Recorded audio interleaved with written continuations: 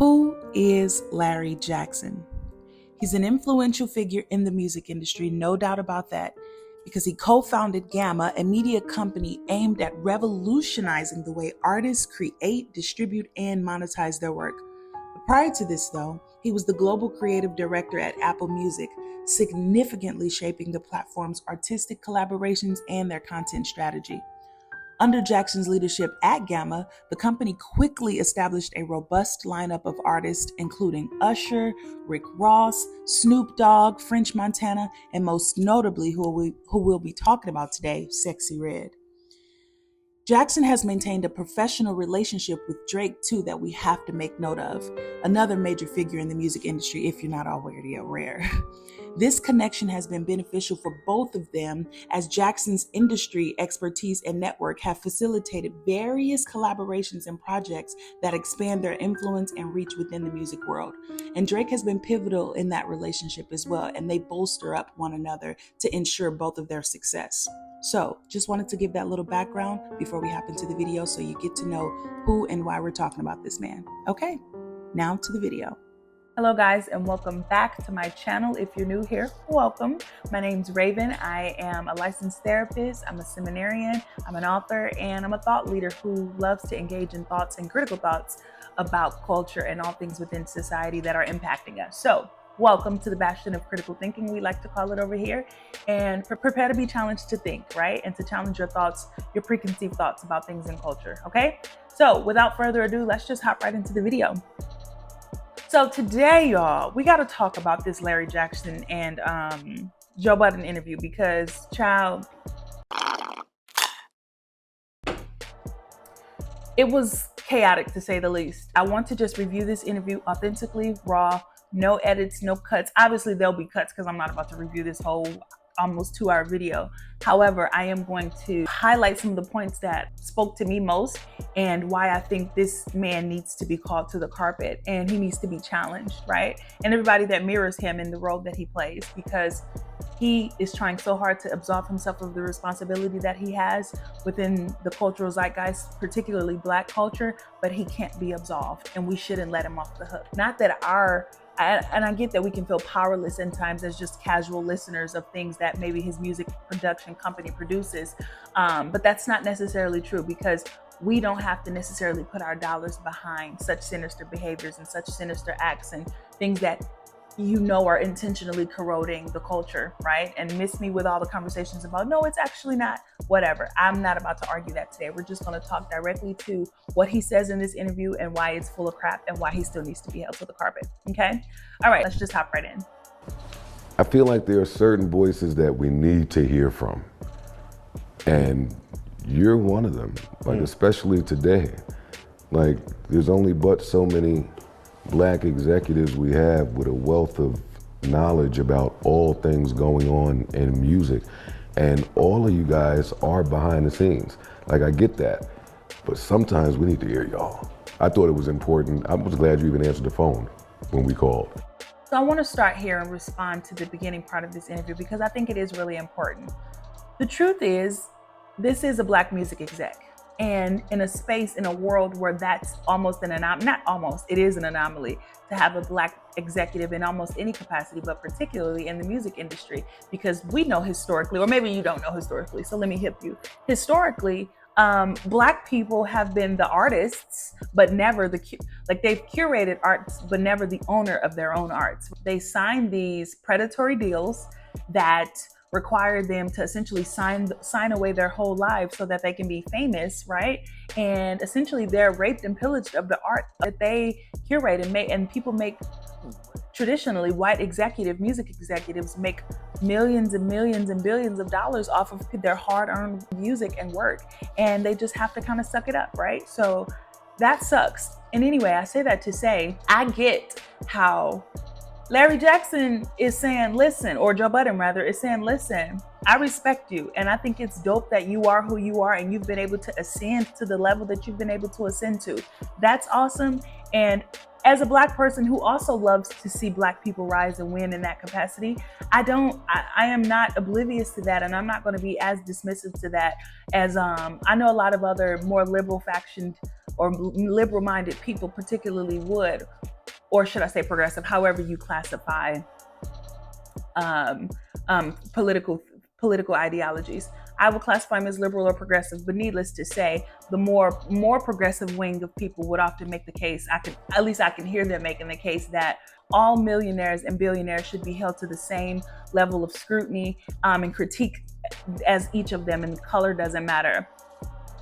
I hear that, and it's not that I necessarily disagree, but we can't dismiss the nuances of what it is to be a Black millionaire and billionaire, particularly in this country, right? And so that shouldn't be dismissed, and it should be heralded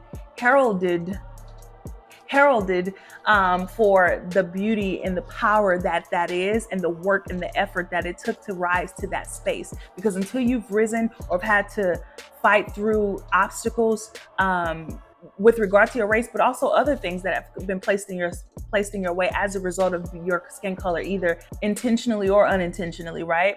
Until you've had to do that, you can't really speak to the grit and the perseverance and the resilience that it takes for you to be able to rise to that level. I have a lot of friends that are in I'm not the business at that level. Dismissing his success, but nor there are am other paths and there are other ways. Angry at Joe Budden necessarily for clapping him up for rising to the level that he has. Whether you look at Sexy Red's success right now, yeah, she's cool. an independent artist. However, shout out to Stan and Jay. The reason Rebel, why we still have to hold Larry By the way, those guys fire, are good old Larry, on fire. is because I love Sexy Red too. As a Black executive, Stan and Jay, as they a got Black this man record who out of has DR right risen now called to A La power and the Pita. capacity that he Juan has, Soto walked out you to it the actually other day. I have saw more of a Kai Cenat dancing to it on the live stream last responsibility to be night. strategic and smart They just keep and one after another. I mean, they're incredible kind partners. and caliber of music and talent that you're putting out to represent, and also to feed Black people and Black minds, the minds in general, but we're talking about Black people today, right? He has to be even more specific and intentional about it. So that's why we're holding him to the fire, even though he's a Black executive. We can acknowledge the greatness in that. I'm not one that just completely shuns the concept of Black excellence. I've seen y'all look Twitter trends. I'm not all the way there just yet. However, Black excellence encompasses a lot more diversified thoughts than just rise and be successful and let capitalism run your life. I'm not fully just there just yet. You have other responsibilities too. But anyway, let's keep watching. For me and for Gamma, I'm so proud of them. I'm so proud of their hustle.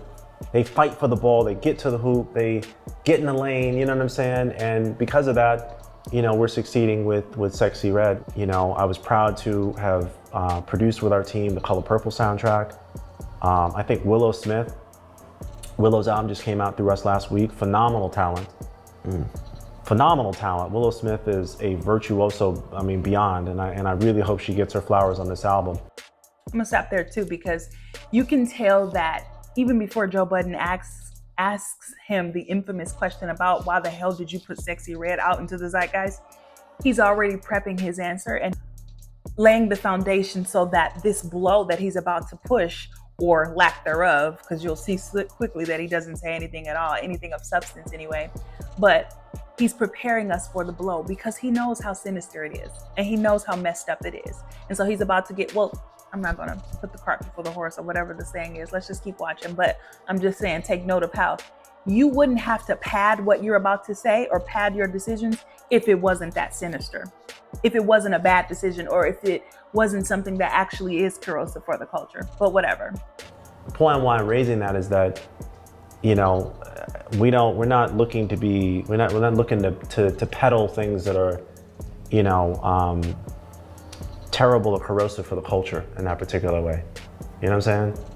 And I that point, I caught that, and it did disturb me a little bit that was being perpetuated in that particular way, because it disturbs you that the public narrative about you and one of your more recent artists is that you're being intentionally corrosive to the culture.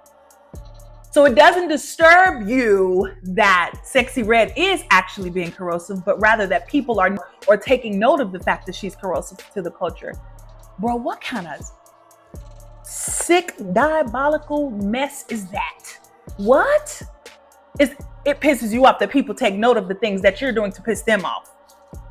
That you're intentionally doing that, like, Bro, huh? How disrespectful, but that's a gaslighter through and through. Y'all love that word, right? That's classic gaslighting, classic. And this is how you know that this one is sinister and evil, right? Because you're going to bring up all of the good, pretty things. Oh, I did Willow Smith and I produced the color purple. And look, y'all, black people, y'all loved that too, right? Y'all, that was a good thing for y'all too, right? So just look away. Just act like you don't see F my baby dad. What? Y'all don't see that, right? No, look away from that. Look away from that. What? Larry, we see you. We see you. Baby, we see you. Come out. But stop if you're going to come out, stop gaslighting us though. That's what I need. But of course the gaslighting will continue, so let's keep going. Because you know, I think it's necessary. I don't think anybody's voice should matter more than others. I don't think, you know, I don't think Red's voice is any less important than the aforementioned person that I just mentioned, right? Yeah, it's not less important, but it's more corrosive. And if you don't want to be intentionally corrosive, then you have to stop. You can't platform that. Maybe, yeah, and I hear people's arguments. Let me go here. Well, people were going to buy it anyway if people didn't want it. And he even tried to allude to that. There's thousands and thousands of music out that's put out every day. And so people only listen to what they want to listen to. Okay, cool. Got it. But what about what you want? What about what you want? Do you either you want to be intentionally corrosive or you don't? So yeah, people do have the opportunity to make their choice, right? About what they'll listen to. But you also get the opportunity to make a choice about what you'll platform if your intentions are actually pure for the community. So miss me with all of that personal responsibility stuff. Okay, cool. They have personal responsibility and agency, and so do you. So why are you choosing with your own autonomous agency to put out things that are corrosive and then gaslight us and act like we're the ones that we're the ones that are wrong because we've taken notice of your gaslighting or your corrosive platforming of that trash garbage that she raps about? Miss me, bro. It's a joke.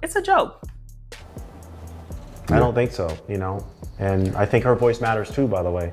Absolutely. Yeah, her voice matters. It does matter. It absolutely matters in the sense that everything she's doing is having corrosive, I'm going to keep using your word, corrosive impacts on our community and on the quality of music in general. You know, they made her the number on Billboard. They made her the #2 female rapper right now, hottest female rapper right now.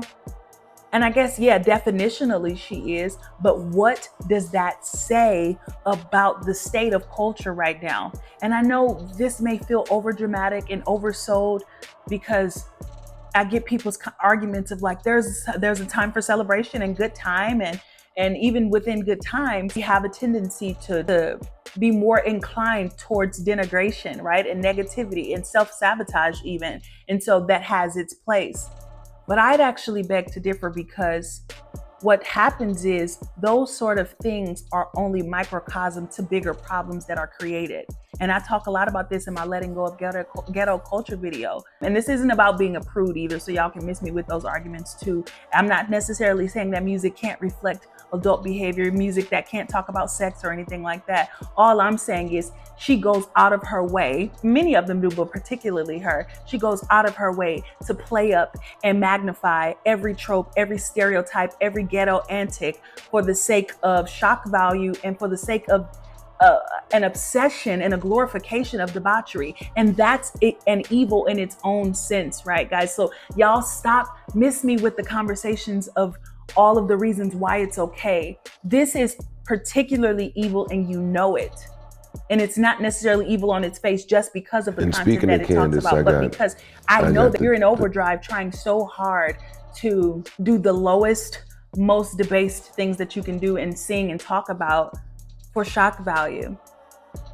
You know, those people who like try to be contrarian for the sake of being contrary, that's sinister. And if that doesn't scare you, you got a problem and you should probably be looking in the mirror at yourself and what it is that you've taken in and how it's impacted your moral compass and also your taste buds, right? You can't be satiated unless it's something debased and denigrating. That don't bother you? Anyway, let me keep going, child. So when you have just a casual listener, is it wrong of them to assume that whoever is behind these acts assumes the audience doesn't have the bandwidth for more than a Sexy Red? Like, I think there should be room for all. Back to hip hop welcomes all.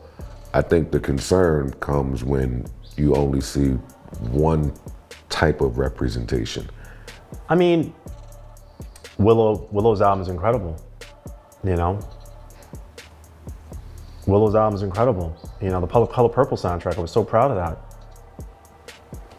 You know, never in our lives could you imagine if I told you in 1999 that you could walk into Virgin Megastore in Times Square and you could own the entire store for $9.99. Mm-hmm.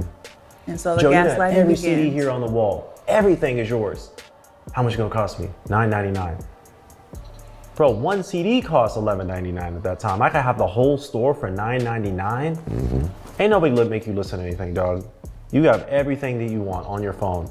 There's 100,000 songs uploaded every single day to DSPs. It's insane. Never has there been a greater access to diverse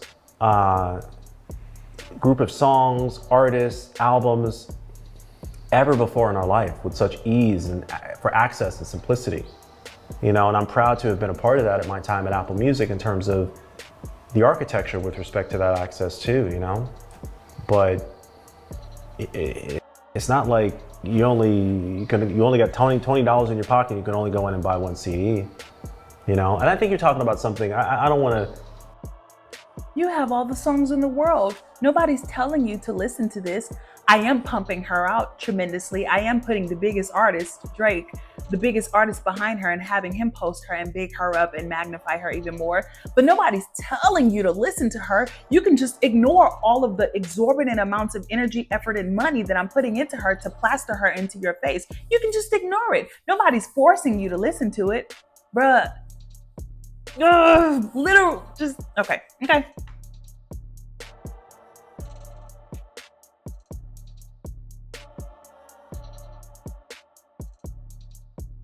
Where's Drake's post with Willow? Since he wants to keep pumping this out as like the alternate and to using this one token black girl as like the way to show that, no, see, look, I have this thing. I'm not just peddling horrific things within the culture. Look at Willow. Okay, I know that he won't say it directly, but I know that you intentionally propped Drake up to have a relationship with her so that, because he owes you a favor, right? And you guys work in tandem with one another.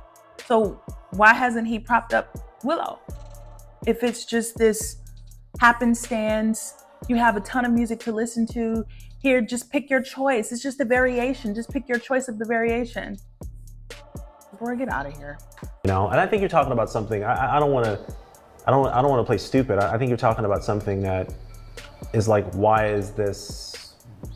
I mean, I'm guessing. I don't know. Maybe. Talk to me, I'll tell you. Why is this all we're seeing? Is that what you're saying? Yeah. But I'm not talking. Why is this all we're seeing? Is that what you're saying? What? Like, are you saying like, wait, bruh, what? Music exec. This is the genius that we're accustomed. This is all we're saying. Yeah. But I'm not talking about just Gamma. I mean, in the field. Yeah. Period. Mm-hmm. I'll help them, and we'll finish it. But I'll help them.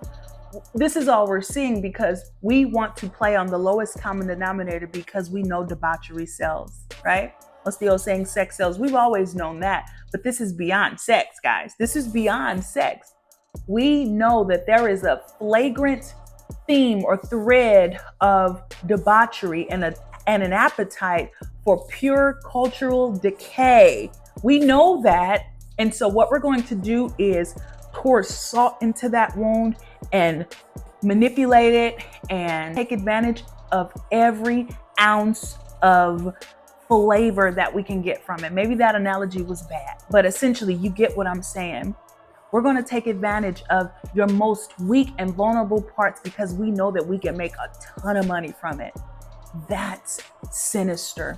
That's disgusting. And this has nothing to do with a hatred that I may or may not have for that girl, Sexy Red, or any girl who reflects her level of debaseness within our culture. This has everything to do with this sinister, disgusting, foul, sellout, sold my soul human being. That's what this has everything to do with. And then the nerve to try and prop up these other projects as if to say, well, see, look at all the other things that I'm doing. It's disgusting. And you are trying to intentionally put things out that are corrosive for the culture. You are. You chose to make money and to grow your company on the backs of some of the worst parts of our culture so that you can grow and expand yourself. And meanwhile, won't step foot in a place where Sexy Red comes from. Look at his background. I showed you who he was. It's disgusting. It's disgusting. And he does what every other executive has done. Make money off the backs of poor Black people and the worst parts of our culture that we've all been trying so hard to remedy ourselves from and maneuver from. It's disgusting, bro. And there's just no excuse for it. I don't care if every white man on the planet has done this. You don't do it though.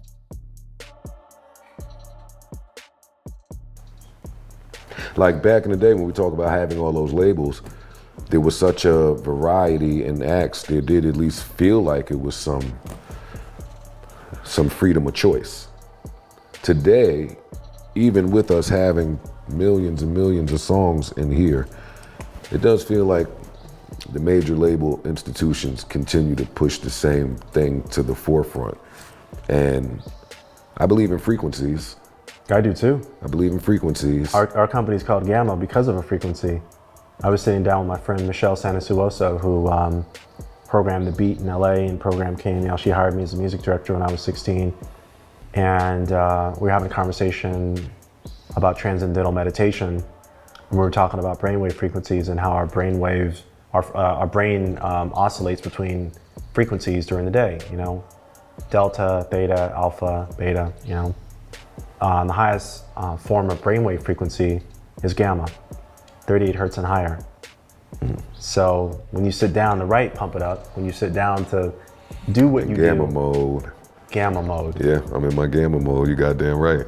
So I believe in frequencies too, so much so that I, you know, call the company Gamma, and that's our North Star every day that we look to. Are we creatively, are we vibrating on the highest frequency, you know? I know. Yeah.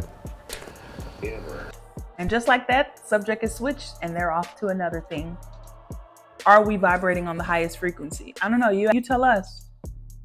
Jackson, Larry, you tell us. Are you?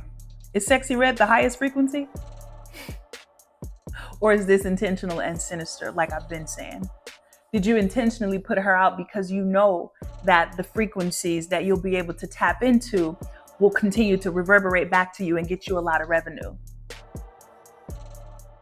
Or do you just actually want to be destructive? Because judging from the comments are eating him alive. And I am thankful for that. The comments essentially are saying, we're not buying it. This man is an evil genius. And that's what it's given. Even from the look, boy, you look. Anyway, that's another conversation. Yeah, this is extremely disturbing. And I'm happy that people were hip to it in the comments at least. However, not enough people know. This was forced onto us by a man who wanted to be rich and wanted to play with the white executives and wanted to be considered at their level. And so he had to pull out the worst of the worst to represent Black people and to rape and pillage Black people in their culture for the sake of for the sake of a meteoric rise, and then pull out the most clown of clown rappers, Drake, to co-sign this thing, this act, this goofy clownery, so that he can have a meteoric rise and play with the big boys on the music executive stage. Disgusting. It's his responsibility and all of ours to call this sort of crap out, and also to ensure that we're raising young people that live in a world that know that there is a difference between right and wrong. That's the bottom line. cool, this is the wrong way. And you can choose to do wrong, but we still need to be able to acknowledge that, no, this is objectively wrong. It's okay to say that. And in addition to that, it's also okay to acknowledge that, no, as you rise to power, you don't rise to power on the backs of debauchery and debaseness, because one, it won't last. And two, if you say that you love your people, this is not how you get to love your people. And we have to hold his feet to the fire, because this is not how you love your people. So I don't care about one black man rising if he's denigrating black people. It is his responsibility. And for those who will try and say that it's not, well, he's just the platform, he just puts things out. Okay, yeah, sure. Let's go with that. Anyway, y'all, all right, my rant is over. I'm done. I didn't work myself up in a tizzy, child. So I'm gonna calm down, give me some water, go curl my hair, because I got somewhere to be tonight anyway. So in the meantime, I'll talk to you guys soon, and make sure to subscribe to my channel, because I'm really trying to get to at least 100 subscribers, because this message needs to be heard. Yeah, so anyway, all right guys, talk to you later. Bye.